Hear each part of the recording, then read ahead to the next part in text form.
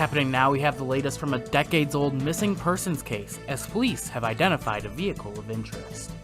And we hear about lead paint in our area, what health professionals have to say. Plus, with above-average temperatures, this year's ice castle for the Mayville Winter Festival may see some changes. Live and on demand, this is WNY News Now. Thank you for joining us for WNY News Now. I'm Bronson Rasmussen, in for Justin Gould. Those stories and more are coming up, but first, a 29-year-old man is behind bars with a felony charge following a stabbing in northern Chautauqua County over the weekend, according to the City of Dunkirk police. The stabbing took place 8 a.m. on Saturday at 37 North Ocelot Street in Dunkirk. Following investigation, David Texador was arrested and charged with second-degree assault and first-degree burglary.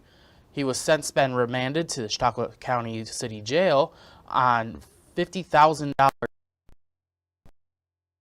He said suffered serious injuries and was transported from the scene to Hammett Medical Center in Erie, PA for treatment. Investigators have identified a vehicle of interest in connection with the decades-old missing person case in Chautauqua County. Chautauqua County Sheriff's Office Unsolved Cases team released a similar photo of the dump truck sought in an attempt to generate leads from the public. Specifically, detectives believe the owner of this truck or its driver are connected to Judith Trecklin's disappearance on the evening of March 8th, 1976. She was walking home from Silver Creek Library, but never seen again. Until now, there have not been many new developments in the case. 3 months after her disappearance, in May of 1976, investigators believe the dump truck was being operated by a white male adult in his mid-20s with sandy blonde hair and a beard. The dump truck was observed on Howard Street in the village of Silver Creek during the afternoon hours. Authorities say the truck shown in the released photograph is not the exact same one that was driven that day, but similar in appearance. Anyone with information is asked to email Unsolved Chautauqua at sheriff.us or by phone at 716-753-4578. Well, last week, the Community Health Assessment and Community Health Improvement Plan for Chautauqua County addressed concerns for high lead levels in the community. As our Julia Gress reports, Jamestown was recently ranked the 7th highest lead paint hotspot in the state and was flagged as having the highest number of lead-poisoned children.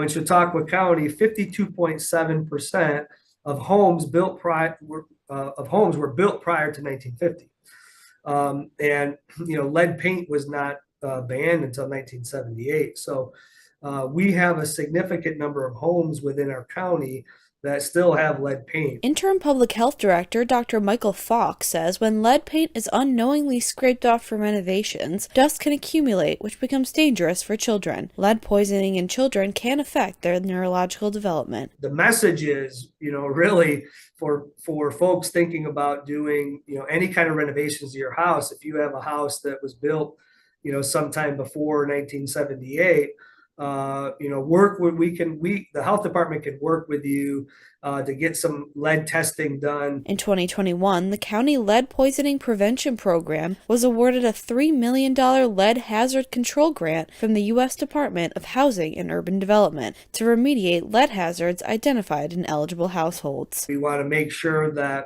when children need to be tested, they're getting tested. We want to break down any of those barriers if there are any. And continue, pushing out education in regards to lead and lead poisoning, because it is a real thing, and it's not something that we all think about. We can't see it, you can't taste it, but in older homes, it's probably there. Data from 2016 to 2019 shows the statewide rate of dangerous lead levels in children at 12.1 per 1,000, while the rate in Chautauqua County is at 40.3 per 1,000, over 3 times higher. Julia Gress, WNY News Now. Julia, thank you. Due to the mild temperatures this week, an alternative ice castle is on standby for this week's Mayville Winter Festival. The centerpiece of this annual wintertime tradition, hosted by the Mayville-Chautauqua County Chamber of Commerce, is built by volunteers each year, harvesting lake ice with warm weather forecasted. Organizers of the President Day Weekend Winter Festival have a backup plan if these temperatures preclude construction. A wooden castle has already been constructed on a standing parade float and will be lit Friday night at 6 p.m. in Lakeside Park. A full schedule is posted online at chautauquachamber.org/winter-festival.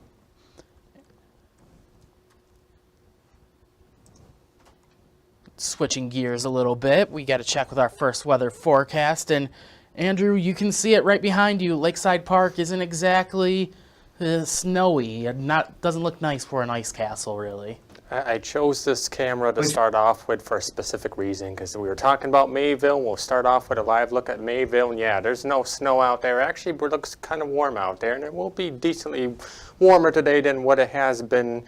Temperatures in 40s, but it's going to get warmer than that going through the rest of the week. So partly sunny skies over Mayville Park. All is clear on First Defense Doppler radar with just a couple of clouds streaming across the region. Otherwise, going to be a nice day out there. The high yesterday was 48 degrees. The low was 22. The records for today, the record high 59 set back in 1984, and a record low of negative 21 set back in 2014. So here's the forecast for the rest of the afternoon.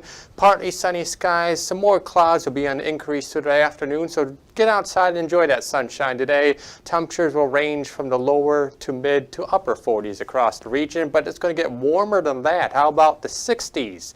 I'll let you know when the 60s are going to come in the full forecast in a few minutes. All right, Andrew, I look forward to that weather. Well, as WNY News Now continues, we look at lawmakers review New York State Governor Kathy Hochul's proposals for transportation. And later, we continue to look at how this warmer winter weather is impacting snowmobilers in our area. Stay with us as WNY News Now will be right back. Oh, look at that dog there.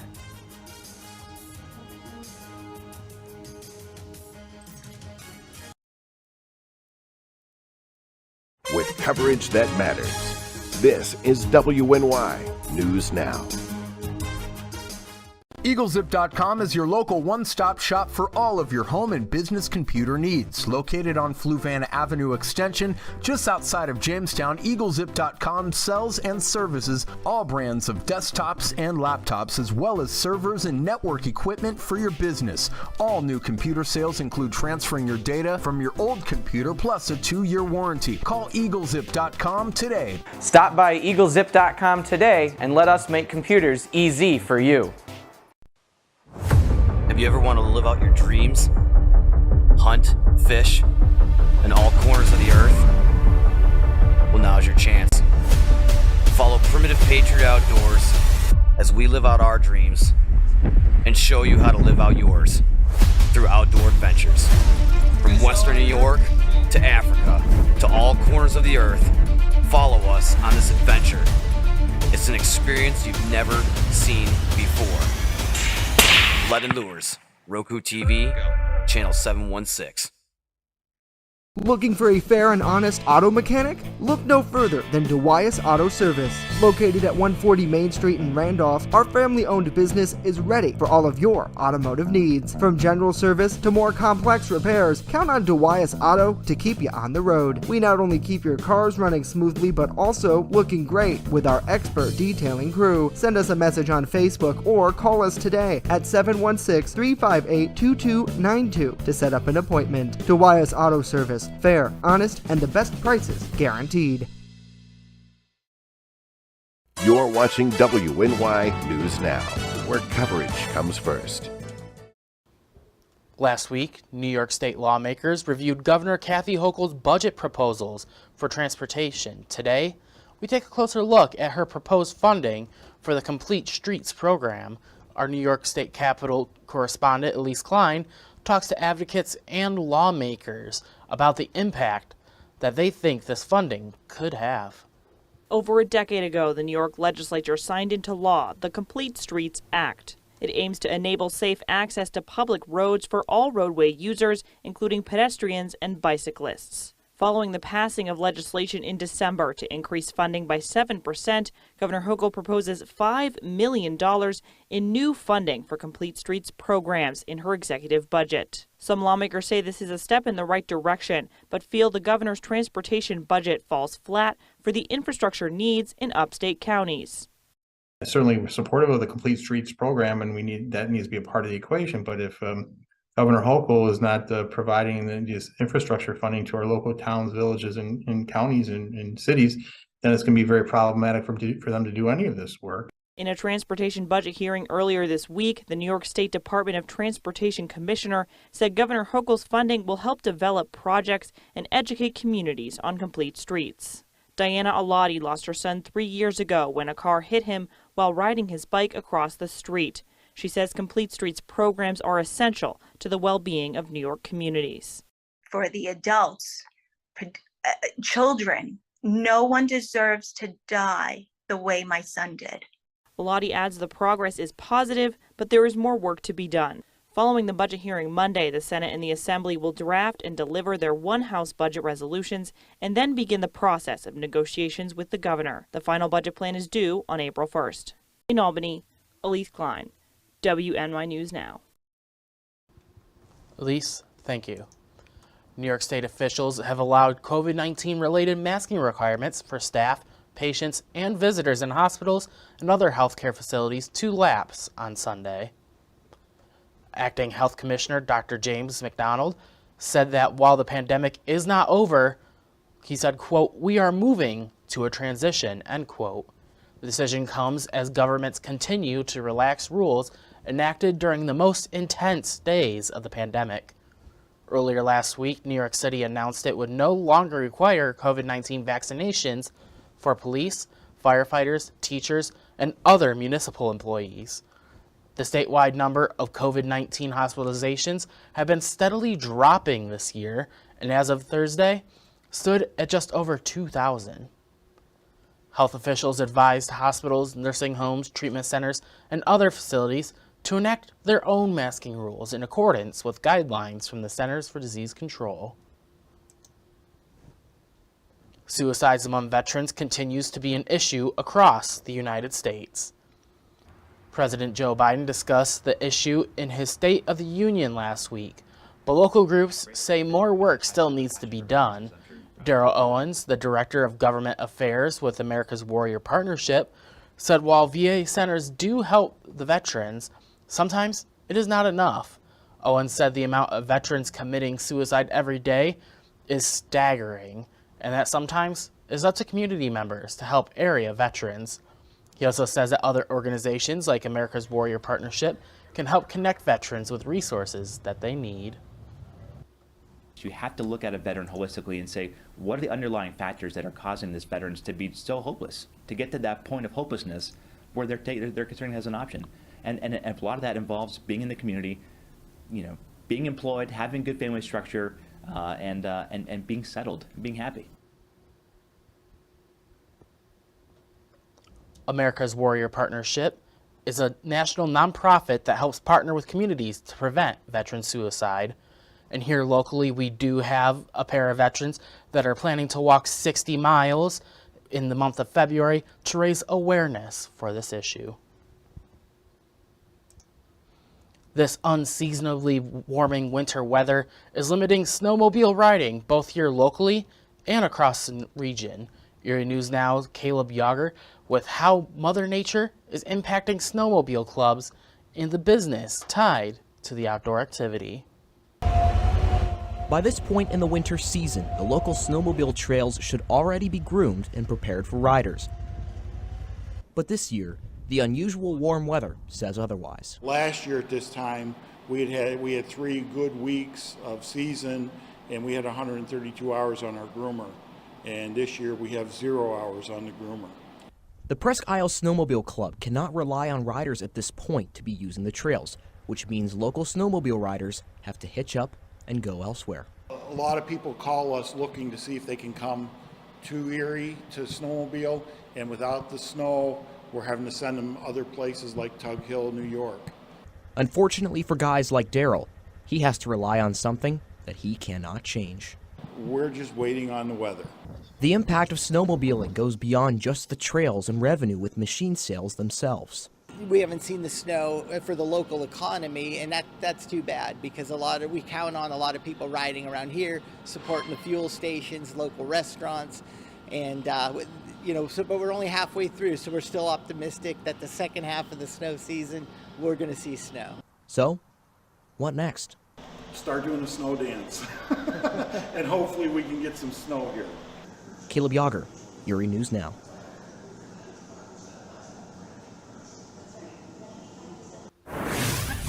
Coming up, we take a deep dive into Super Bowl 57 and the newest winners of the Lombardi Trophy. Later, more objects have entered U.S. airspace. We take a look at what those at our nation's capital have to say. But first, we return with a look at our full weather forecast when WNY News Now returns.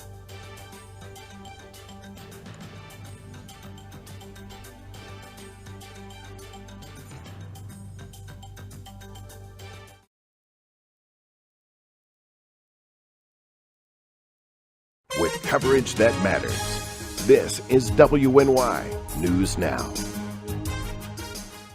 So you think you can cook? We're looking for chefs ready to test their skills, competing in a charity cooking show competition that features a platter of unusual ingredients, including popular local cuisine. Judged by a panel of local celebs, chefs are tested in 3 rounds before a winner is crowned. So you think you can cook? Register online at stsusancenter.org. Produced by Channel 716. All proceeds raised to benefit the St. Susan Center in Jamestown, New York.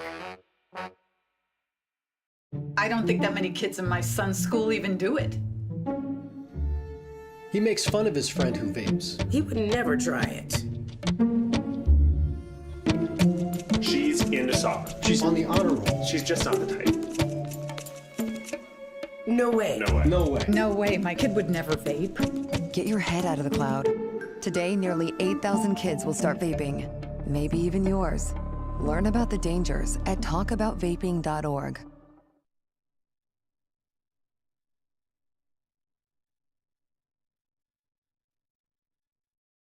There's an old saying, there's no news in the newsroom. Well, it's true. The time I spend at the anchor desk is just part of my day. Most of our time is spent gathering stories in the community, stories that matter to you. We can't do it alone, and we need your help.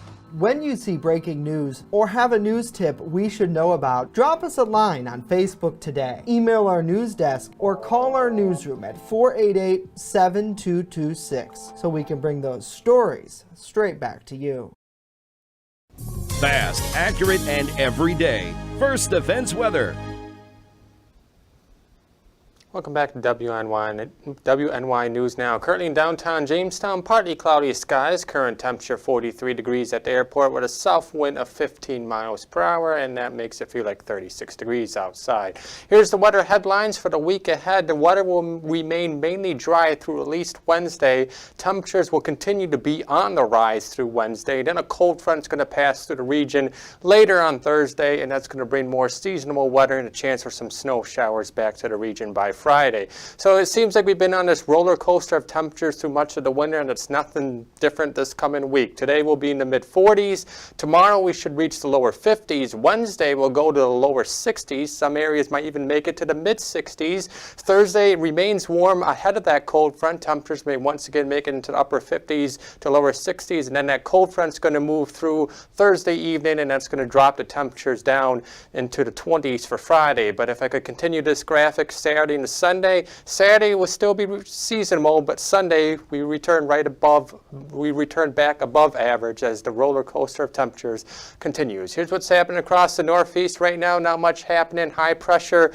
providing the region and most of the Great Lakes with dry weather. There is a weak cold front off to our west. That's going to move through the region this afternoon. We're not expecting any precipitation out of it. The only thing it might do is increase cloud cover this afternoon and evening, but it is very moisture starved with a dry air air mass. Again, not expecting anything in the way of precipitation. So here it is on future scan through the rest of the afternoon. Partly cloudy skies. Clouds might be an increase this afternoon and evening. Partly cloudy skies continue overnight and into the day tomorrow. Tomorrow, much of the same thing. Partly cloudy skies. There is a weak system that's going to move to our south tomorrow night. That might bring in a couple light rain showers, but again, we're not expecting a lot out of that. And then Wednesday, once again, partly cloudy skies through the day on Wednesday. So planning out the afternoon out there, get outside and enjoy it. Temperatures will be in the mid 40s through the afternoon, maybe the upper 40s in some areas with partly sunny skies and west winds around 15 miles per hour. So a nice afternoon to get outside and take a walk. Just grab a jacket. And now the next 7 days, once again, Wednesday, lower 60s. It feels like spring out there. Thursday, that cold front moves through in the afternoon, brings in a chance for a few snow showers heading into Friday, but we rebound once again in the weekend. This weekend, much like last weekend, a couple of snow flurries to start the day on Saturday, but then high pressure builds in, drying us out for the rest of the weekend, and once again warming us up as we head into Sunday with temperatures in the lower 40s. Are you sure that it's winter, Andrew? It does not look like it. I'm not sure myself. It won't be winter on Wednesday when it feels like spring outside. I'll break out the sunscreen. Well, here's some things from around the nation. Kansas City Chiefs are the Super Bowl champions. They defeated the Philadelphia Eagles in a come from behind to win in Super Bowl 57. The game was played at State Farm Stadium in Glendale, Arizona. The Chiefs trailed at halftime 24-14, but in the second half, Kansas City, led by quarterback Patrick Mahomes, didn't miss a beat. They scored on all 4 of their possessions in the second half of the squeeze, out a 38-35 victory. This turned out to be the 3rd combined highest score in Super Bowl history. The only Super Bowl 29, when 75 combined points were scored, and Super Bowl 52, when 74 points were scored. Mahomes played on a bad ankle and was named MVP of the game. This was the Chiefs' 3rd championship in the franchise history and 2nd title in 4 years. The city will hold a victory parade for their team on Wednesday. And I know if it was Andrew, he wishes the Green Bay Packers were there. And if it was most of us here around, we would wish that was the Buffalo Bills. Andrew says it's baseball season now. I guess he's right.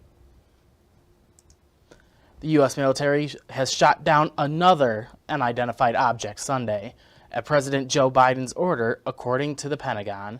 The craft was flying at 20,000 feet this time over Michigan's Upper Peninsula when U.S. fighter jets took it down. John Lornick reports. This is a turning point where we need to discuss this is a threat and how do we respond to it. The Pentagon confirmed F-16 fighter jets neutralized a high-altitude device over North American airspace Sunday afternoon. We were cleared to engage the target in eastern Upper Peninsula of Michigan, overland, and ultimately down the object at this point, about 15 nautical miles east of the Upper Peninsula in Lake Huron. Pentagon officials say the octagon-shaped object was not a military threat, but rather a flight hazard. This was the 3rd one shot over the U.S. in as many days, and the 4th in just over a week, and lawmakers want answers. I have real concerns about why the administration is not being more forthcoming with everything that it knows. But part of the problem here is that both of the 2nd and the 3rd objects were shot down in very remote areas. The Department of Defense says the objects shot down Friday and Saturday didn't resemble the suspected Chinese spy balloon taken down last week. Debris recovery efforts for those downed balloons are ongoing. The military and the intelligence are focused like a laser on first gathering and accumulating the information, then coming up with a comprehensive analysis of what went on before, what's going on now, and what could go on in the future. I'm John Lawrence reporting. Now on Saturday, Canadian Prime Minister Justin Trudeau ordered craft over Canadian airspace. He told reporters the following day the recovery teams are, quote, looking to find and analyze the object. The Consumer Product Safety Commission is accusing a maker of baby strollers of making inaccurate statements about the safety of its products.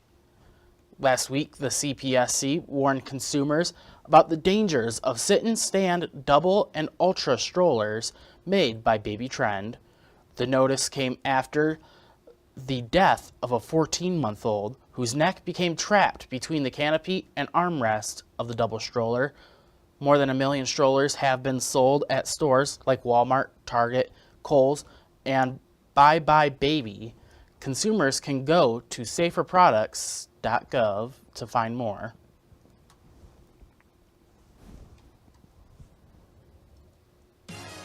Next, we look into Jamestown's historic districts and how those living there can save on their taxes.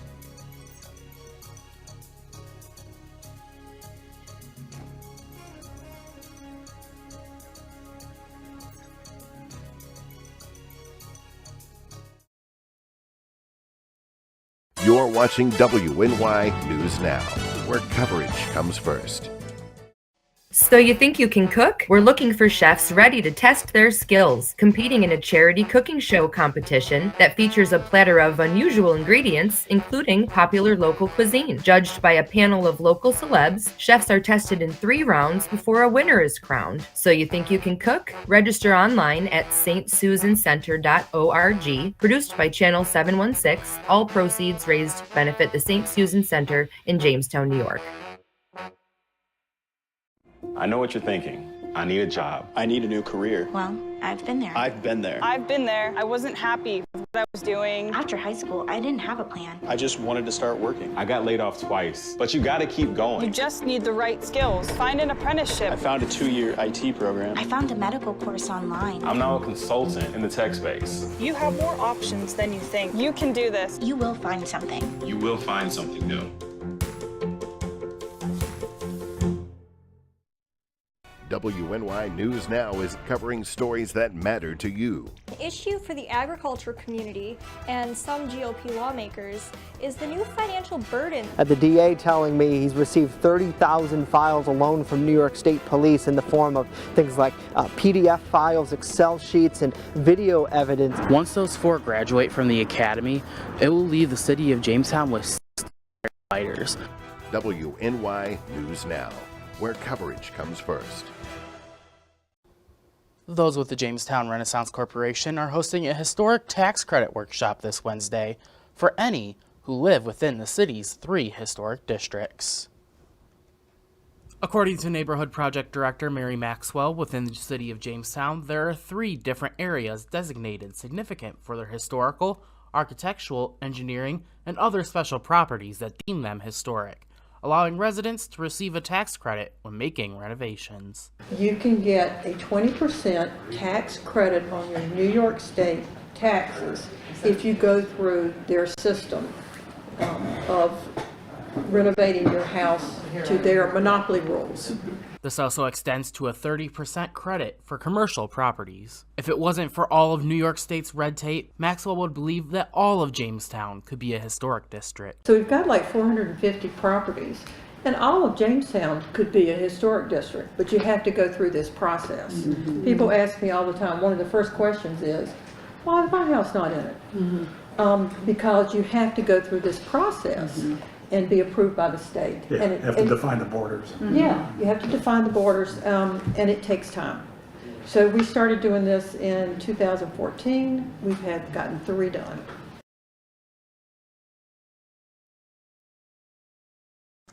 Now this free workshop will take place virtually this Wednesday, February 15th. There will also be space reserved at the Jamestown City Hall where attendees can participate in person instead of online. Pre-registration is required for this event, and for more information or to get registered, those that want to are urged to contact Maxwell at mary@jamestownrenaissance.org or call at 716-708-6964. And that's it for us today. Remember that news continues 24/7 at WNYNewsNow.com and on our mobile app, and download it for free today in the Apple App Store and Google Play Store. We'll leave you with this live look over our downtown studio. And if Andrew has anything to say, I think it looks pretty sunny out there. What do you think? Gonna take my lunch break outside today. Ooh, we do have that park next to the studio.